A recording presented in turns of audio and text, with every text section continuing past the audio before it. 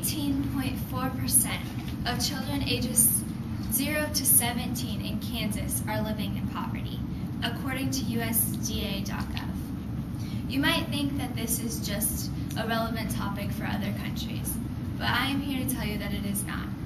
After hearing these statistics, I decided that I wanted to look further into this issue. I want to inform you of how poverty affects children in the United States.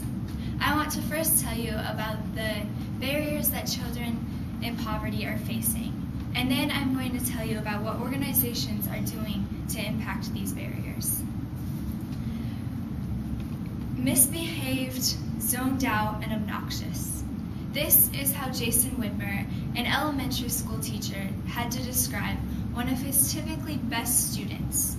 One Monday morning, Jason had to pull a student out of class to ask him what was going on, because this child wasn't typically a bad child. The child couldn't look up at Jason when he said, "I'm hungry." And Jason said, "When was the last time that you ate?" And this child had to say, "Friday at lunch."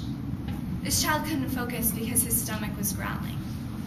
A lack of nutrition is often a barrier that is faced by children in poverty.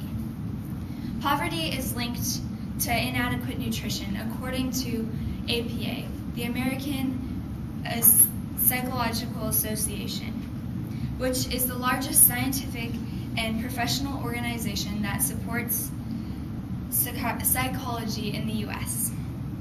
According to Oxford Dictionary, malnutrition is the lack of proper nutrition caused by people not having enough to eat, not eating enough of the right food, or not being able to use the stuff that one does eat.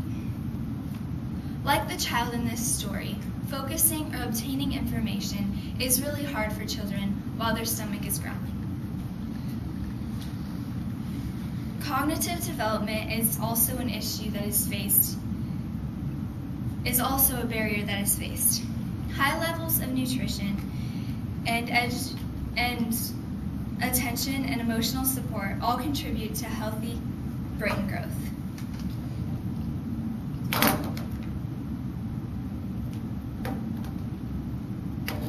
Okay, this is a study that ASC did, and they did comparing a child with poverty and a child who doesn't have.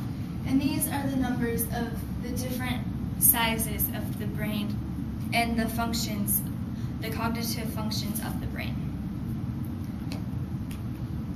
According to APA, children in poverty are twice as likely to repeat a grade, to be expelled, or to drop out of school.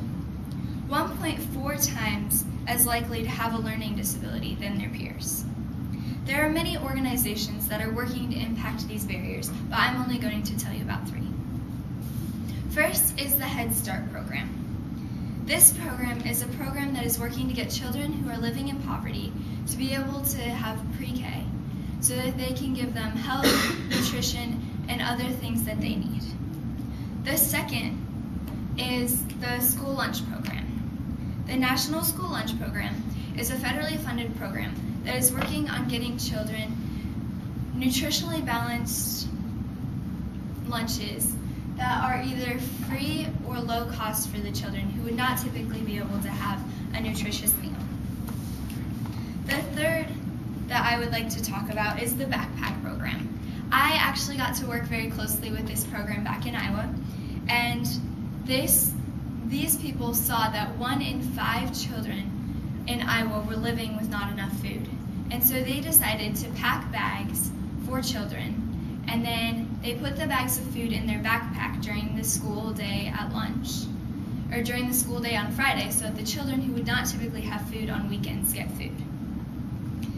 This program has served 4,800 students in just 1 week, according to the IowaFoodBank.org. As you have heard today, poverty and the barriers it creates are a large problem faced by children in the U.S., and organizations are helping to impact these barriers. I think that Nelson Mandela's quote sums it up pretty good. Overcoming poverty is not a task of charity. It is an act of justice.